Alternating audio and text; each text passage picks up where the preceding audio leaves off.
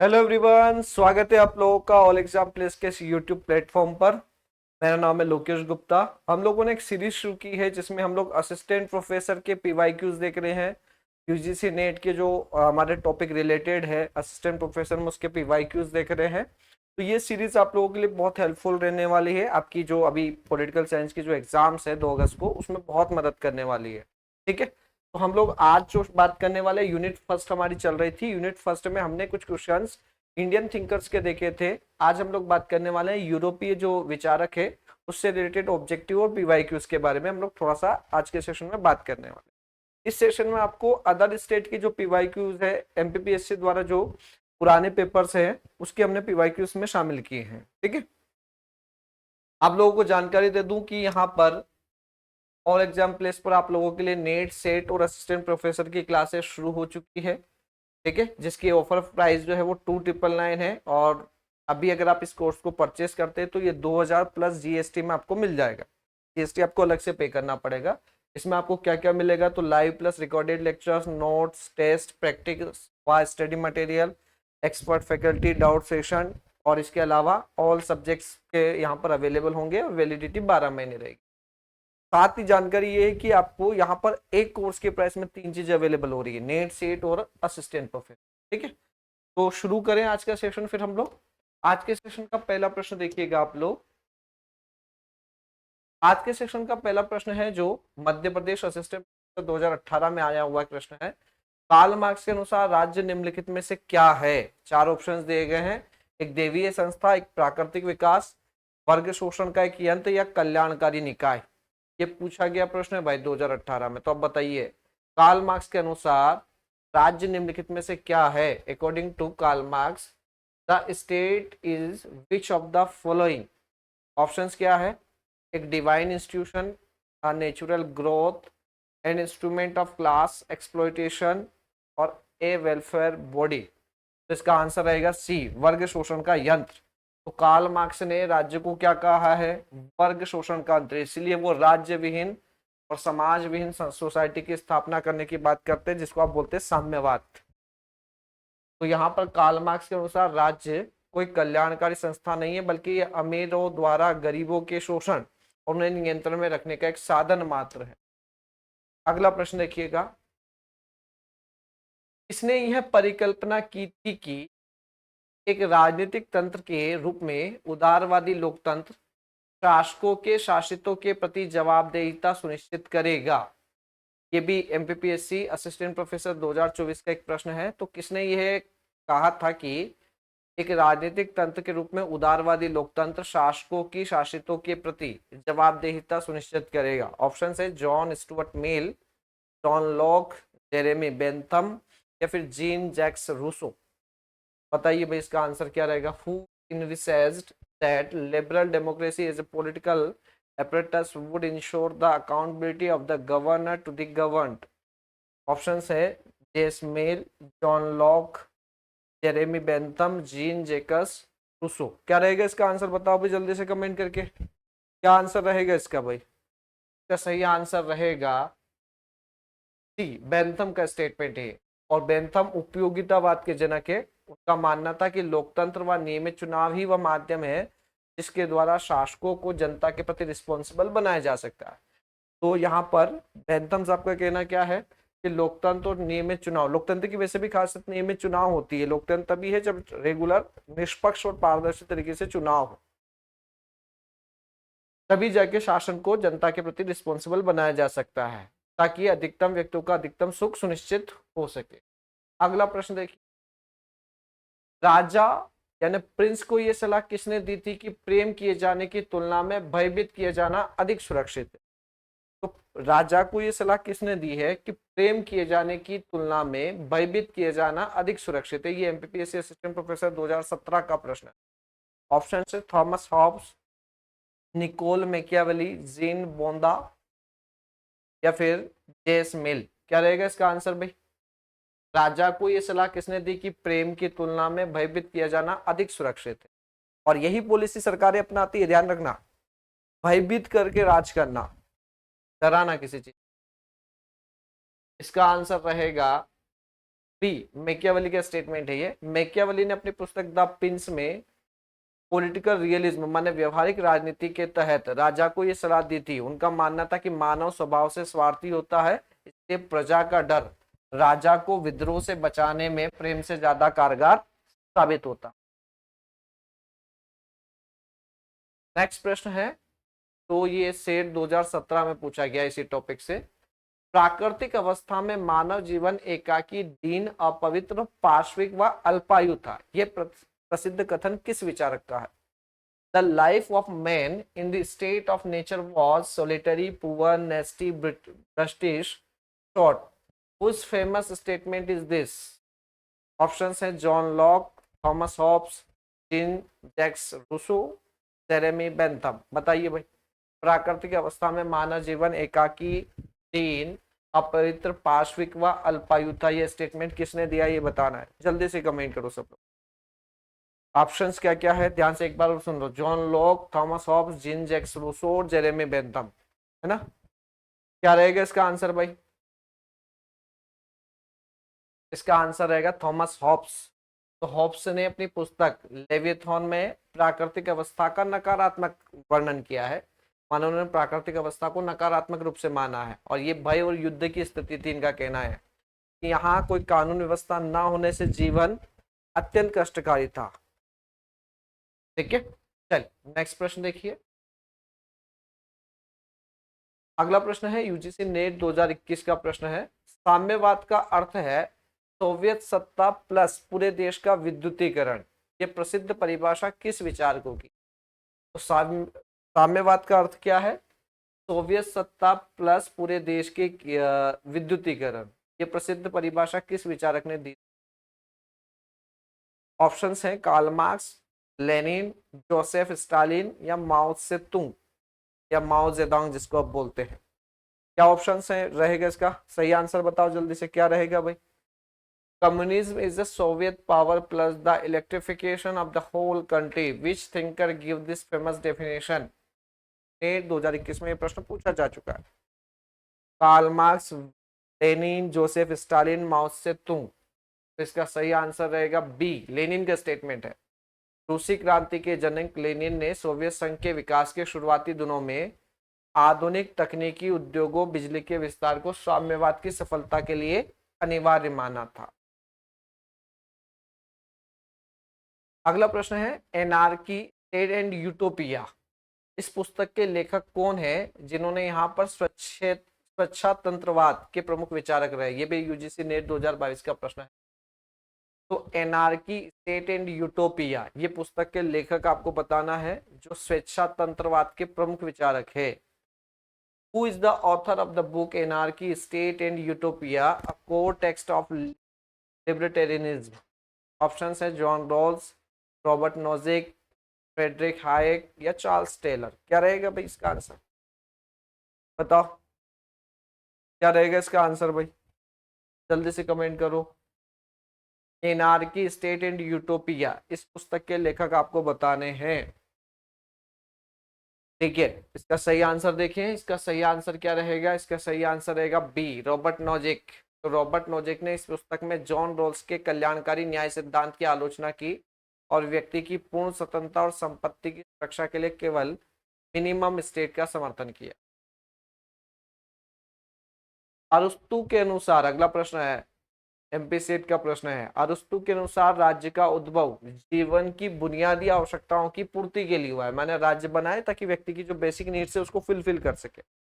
और वह किस लिए अस्तित्व में बना हुआ है? तो अरस्तु के अनुसार राज्य का उद्भव जीवन की बुनियादी आवश्यकता के लिए हुआ है और वह किस लिए अस्तित्व में बना हुआ है? केवल सुरक्षा के लिए, एक अच्छे और नैतिक जीवन के लिए, धन कमाने के लिए, लास्ट ऑप्शन है साम्राज्यवाद का विस्तार करने के लिए। तो अरस्तु का कहना है कि राज्य का उद्भव जीवन की बुनियादी आवश्यकताओं की पूर्ति के लिए हुआ है और आपको यह भी बताना है कि वो किस लिए अस्तित्व में बना है। केवल सुरक्षा के लिए, एक अच्छे और नैतिक जीवन के लिए, धन कमाने के लिए, साम्राज्यवाद का विस्तार करने के लिए। तो इसका सही आंसर क्या रहेगा? इसका सही आंसर रहेगा बी, एक अच्छे और नैतिक जीवन के लिए। और अरस्तु का ये सुप्रसिद्ध कथन उनकी पुस्तक पॉलिटिक्स से है। उनका तात्पर्य था कि राज्य का उद्देश्य नागरिकों केवल बाहरी दुश्मनों जाना या व्यापार बढ़ाना नहीं है, बल्कि उन्हें एक सुखी, नैतिक व आत्मनिर्भर जीवन प्रदान करना। अगला प्रश्न है, अरस्तु ने अपनी पुस्तक पॉलिटिक्स में सरकारों या संविधानों का वर्गीकरण करने के लिए किस शासन व्यवस्था को सर्वश्रेष्ठ और व्यवहारिक रूप से सबसे स्थिर माना है? ये राजस्थान की एग्जाम होती है, उसका प्रश्न है।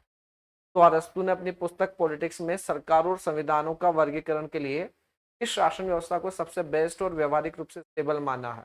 ऑप्शन है टायरोक्रेसी, एरिस्टोक्रेसी, पॉलिटी या फिर एक्सट्रीम डेमोक्रेसी। निरंकुश तंत्र, कुलीन तंत्र, पॉलिटी या मध्यम वर्ग का शासन या चरम लोकतंत्र। क्या रहेगा इसका आंसर भाई? इसका आंसर बताओ जल्दी से, क्या रहेगा भाई? इसका आंसर रहेगा पॉलिटी या मध्यम वर्ग का शासन। तो अरस्तु ने सैद्धांतिक रूप से राजतंत्र या कुलीन तंत्र को अच्छा माना, लेकिन व्यवहारिक धरातल पर उन्होंने पॉलिटी को सबसे बेस्ट माना, जो मध्यम वर्गों का शासन हो। यह अमीरों व गरीबों के बीच संतुलन बनाकर क्रांतियों को क्या करता है? अगला प्रश्न है, जॉन लॉक के अनुसार प्राकृतिक अवस्था में मनुष्य को प्राप्त संपत्ति के अधिकार में कौन कौन से 3 अधिकार शामिल है? तो जॉन लॉक जो थे, उनका कहना यह था कि प्राकृतिक अवस्था में व्यक्ति को संपत्ति का अधिकार है। और संपत्ति के अधिकार में किन किन चीजों का अधिकार है? ये यूजीसी नेट का प्रश्न है। जीवन, स्वतंत्रता और समानता, जीवन, स्वतंत्रता और संपदा, या फिर हम लोग बात करें समानता, न्याय व बंधुत्व, या फिर संपत्ति, शिक्षा व रोजगार। बताइए भाई, जॉन लॉक के अनुसार संपत्ति के अधिकार में कौन कौन से 3 अधिकार शामिल हैं? ऑप्शंस दिए गए हैं, बताइए जल्दी से कमेंट करके क्या रहेगा। ठीक है, और सीरीज कैसी चल रही है, कैसा क्या अनुभव है, वो भी आप शेयर कीजिए।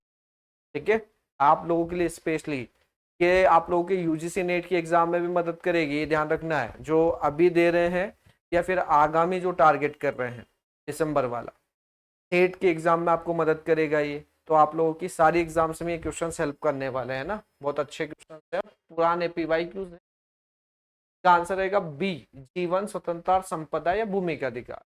तो लोक ने व्यापक अर्थ में संपत्ति शब्द का प्रयोग किया है, जिसके अंतर्गत उन्होंने मनुष्य के 3 अधिकार, जीवन का अधिकार, स्वतंत्रता का अधिकार, जमीन और धन के अधिकार को इसमें शामिल।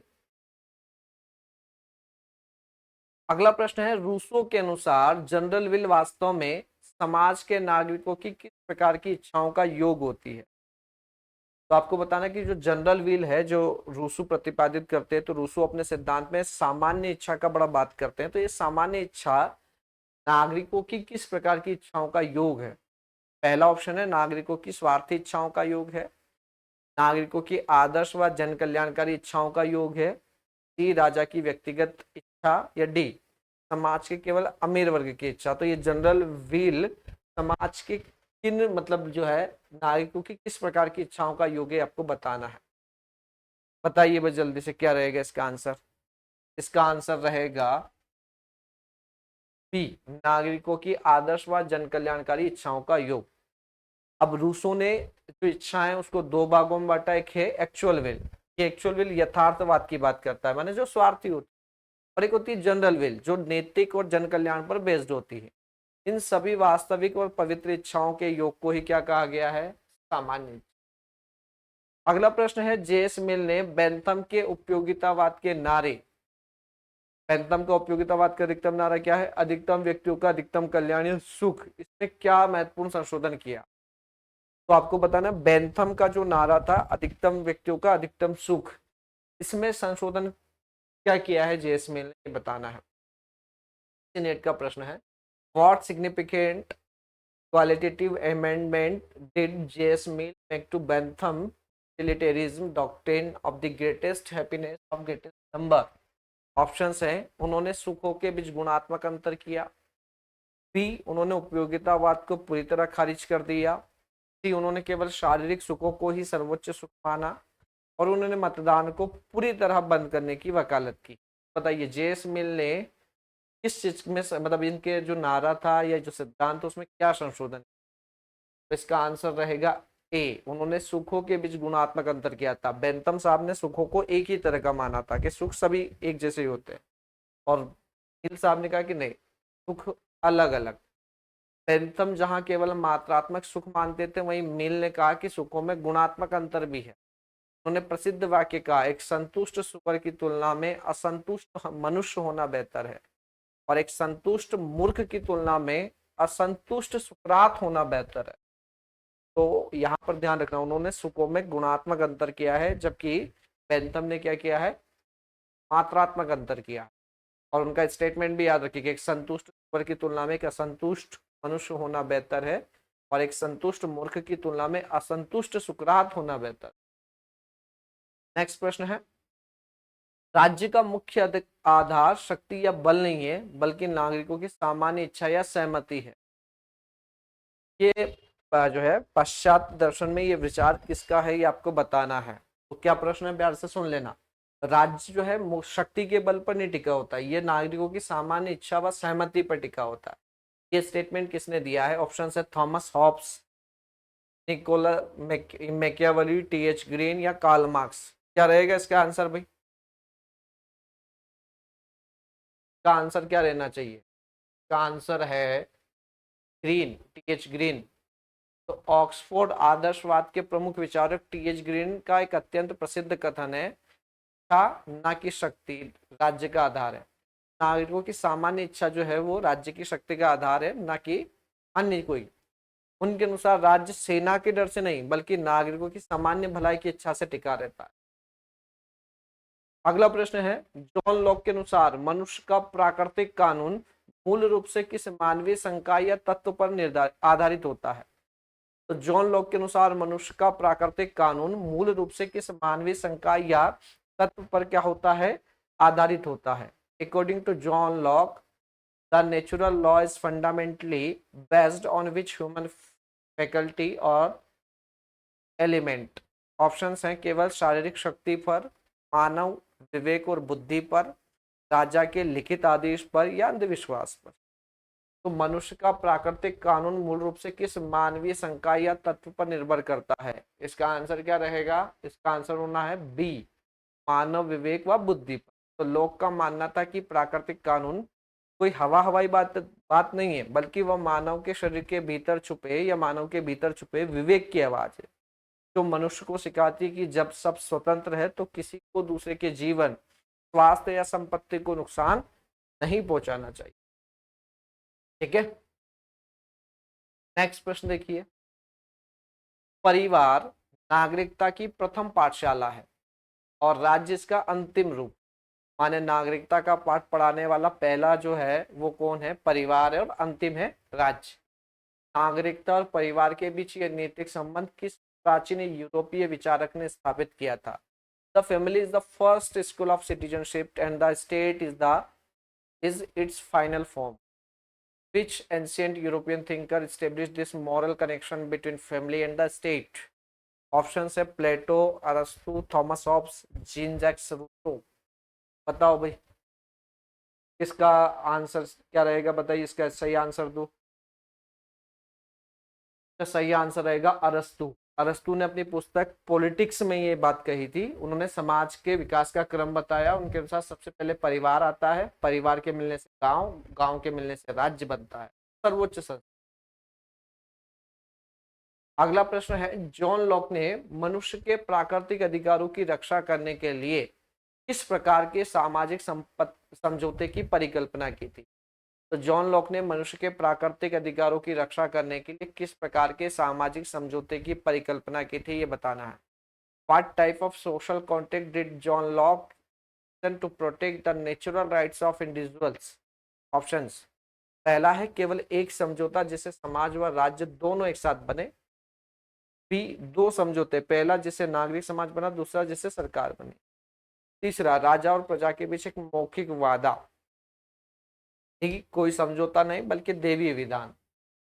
तो मनुष्य के प्राकृतिक अधिकारों की रक्षा के लिए लॉक ने किस प्रकार के सामाजिक समझौते की बात की है? आपको ऑप्शन दिए गए हैं 4। इसका सही आंसर आप लोगों को देना है। इसका सही आंसर क्या रहेगा? जल्दी से कमेंट करो, बताओ क्या रहेगा इसका सही आंसर भाई। क्या सही आंसर है इसका? इसका सही आंसर है बी, दो समझौते हुए। पहला समझौता हुआ जिससे सिविल सोसाइटी बनी और दूसरे समझौते से सरकार बनी। तो लोक के दर्शन में दो समझौते होते हैं। पहला समझौते द्वारा मनुष्य ने अपनी प्राकृतिक अवस्था को छोड़कर एक राजनीतिक या नागरिक समाज का निर्माण किया। दूसरे समझौते द्वारा सरकार या शासक की स्थापना करते हैं जिसकी शक्तियां क्या होती है, सीमित। अगला प्रश्न क्या है वो देखिएगा। अगला प्रश्न है, साम्यवादी समाज में राज्य कोई स्थायी संस्था नहीं है बल्कि वह धीरे धीरे लुप्त हो जाएगा। साम्यवादी समाज में राज्य कोई स्थायी संस्था नहीं है। साम्यवाद में वैसे ही राज्यविहीन सोसाइटी की बात की जाती है और कार्ल मार्क्स ने तो कहा है कि राज्य धीरे धीरे क्या हो जाएगा, खत्म हो जाएगा जब साम्यवाद आएगा तब। तो राज्य के विलीन होने का ये विचार मूल रूप से किसने दिया है ये बताना है आपको। जेरेमी बेंथम, कार्ल मार्क्स और फ्रेडरिक एंगल्स, थॉमस हॉब्स या फिर जॉन लॉक। तो राज्य धीरे धीरे साम्यवाद में खत्म हो जाएगा ये सिद्धांत किसने दिया, Jeremy Bentham, Karl Marx, Friedrich Engels, Thomas Hobbes या जॉन लॉक। अभी मैंने शायद प्रश्न में भी इसका आंसर दिया है, तो बताइए क्या रहेगा। इसका सही आंसर है कार्ल मार्क्स और फ्रेडरिक एंगल्स। तो मार्क्स और एंगल्स का मानना था कि राज्य केवल वर्ग शोषण का एक साधन है। जब साम्यवाद आएगा समाज में कोई आर्थिक वर्ग नहीं बचेगा, शोषण ही समाप्त हो जाएगा और राज्य की कोई आवश्यकता बचेगी ही नहीं, तो वह स्वतः खत्म हो जाएगा। नेक्स्ट प्रश्न देखिए। रॉबर्ट नेजिक जो है उसका एक सिद्धांत है पात्रता सिद्धांत, इंटाइटलमेंट थ्योरी। इसके अनुसार राज्य को नागरिकों पर टैक्स लगाने का अधिकार केवल किस परिस्थिति में होना चाहिए। तो रॉबर्ट नोजिक ने जो अपनी इंटाइटलमेंट थ्योरी उसमें कहा है कि राज्य को नागरिकों पर टैक्स लगाने का अधिकार होना चाहिए, पर किन सिचुएशन। पहला, गरीबों के कल्याण के लिए योजनाएं चलाने हेतु, केवल कानून व्यवस्था सुरक्षा व न्याय रखने के लिए, और सभी उद्योगों का राष्ट्रीयकरण करने के लिए, या किसी धार्मिक संस्था को दान देने के लिए। तो इसका आंसर दो क्या रहेगा। रॉबर्ट नोजिक की इंटाइटलमेंट थ्योरी के अनुसार राज्य को नागरिकों पर टैक्स लगाने का अधिकार केवल किस सिचुएशंस में होना चाहिए। तो इसका आंसर होना चाहिए बी, केवल कानून व्यवस्था सुरक्षा व न्याय रखने के लिए। तो नोजिक जो है एक स्वेच्छा तंत्रवादी विचारक है। उनका कहना है कि राज्य का केवल नागरिकों की चोरी व हिंसा से रक्षा करना है, माने नाइट वॉचमैन, तो वॉचमैन होता है वैसे निगरानी करने का काम करेगा राज्य। लोक कल्याण के नाम पर अमीरों से टैक्स लेकर गरीबों में बांटना पूरी तरह से क्या है, अनैतिक।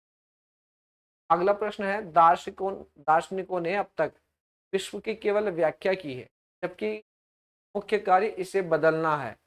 मार्क्स का ये प्रसिद्ध विचार उनकी किस लघु टिप्पणी से मिलता है।